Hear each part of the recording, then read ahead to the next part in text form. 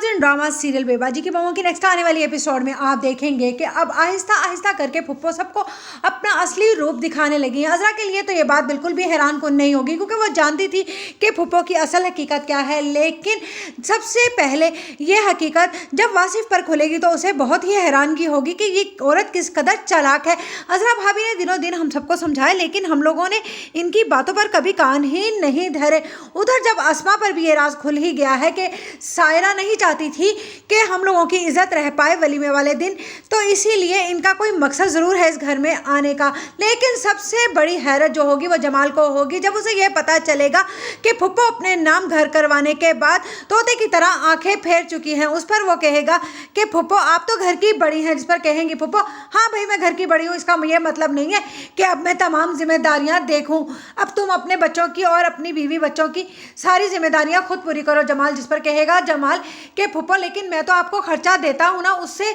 जिस पर कहेंगी फुप्पो हाँ तो खर्चा देते हो तो क्या हो गया, तुम यहाँ पर रहते नहीं हो इस घर में। जिस पर कहेगा जमाल क्या मतलब है फुप्पो आपका, जिस पर कहेगी फुप्पो जमाल मतलब तो साफ जाहिर है, लेकिन अगर तुम समझना नहीं चाहते हो तो ठीक है, अगर तुम कहो तो मैं समझा देती हूँ। जिस पर जमाल कहेगा ठीक है फुप्पो मैं अलग से खर्चा दे दिया करूँगा अज़रा को और वो घर का खर्च चलाती रहेगी। इधर जमाल बहुत ही बुरी तरह से फंस गया है, ना तो वो फुप्पो को निगल सकता है और ना ही उगल सकता है, क्योंकि वो इतनी बड़ी गलती कर चुका है कि उसने किसी को एतमाद में लिए बगैर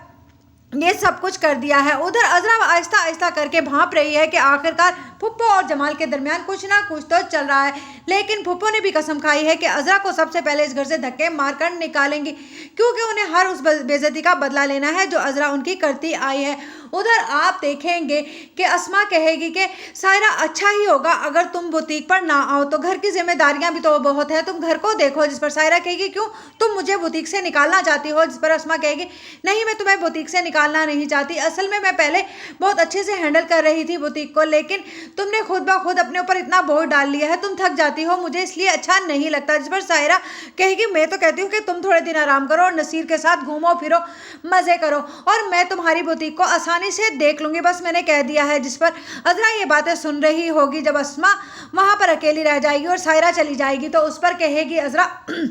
देख लिया ना तुमने इसका असली रूप, अब क्या कहती हो तुम इसके बारे